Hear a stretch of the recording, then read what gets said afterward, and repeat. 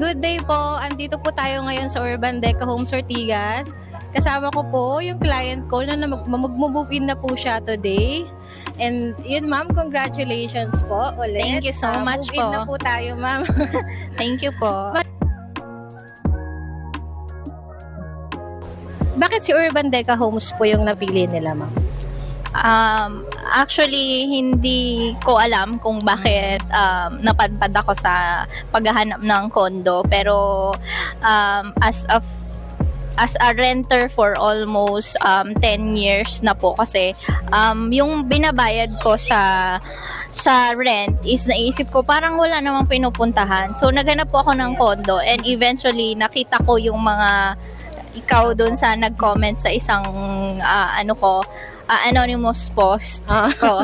So yun, so parang nag-research ako tapos nakikita ko na din ito dati pero parang hindi ko pa kasi priority dati na kumuha din ng condo. Then nung ni-stock ko po yung Urban Deca, parang okay, parang tas nung nagkausap nga po tayo, maganda yung offer ng Pag-ibig at the same time yung community tsaka yung environment ng Urban Deca is maganda siya. So and parang okay siya sa family na nag-start na family like kami nung husband ko.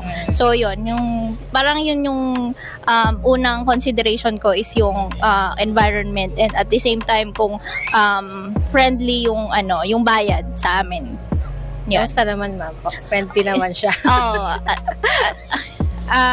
As per my experience, okay naman siya. Kasi parang same lang din sa binabayad ko as nagre-rent ng apartment. So, para sa amin na din in the future ito.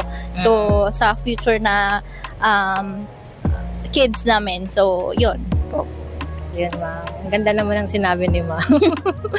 Ayun ma'am, second question lang din po. Kamusta naman po yung naging experience natin overall mula po nung nag-inquire po sila tapos nagpa-reserve na and then ngayon ma'am na mag-move in na po tayo?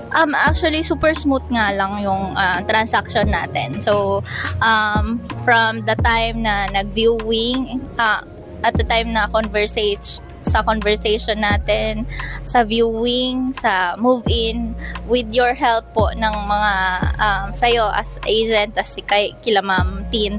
So, parang i-guide yung guidance po ninyo and support sa amin. At the same time, yung mga sinishare nyo po mga tips sa amin. Yes. So, when it comes sa move in, ganon. So, super smooth lang po talaga. So, thank you so much po. Wow.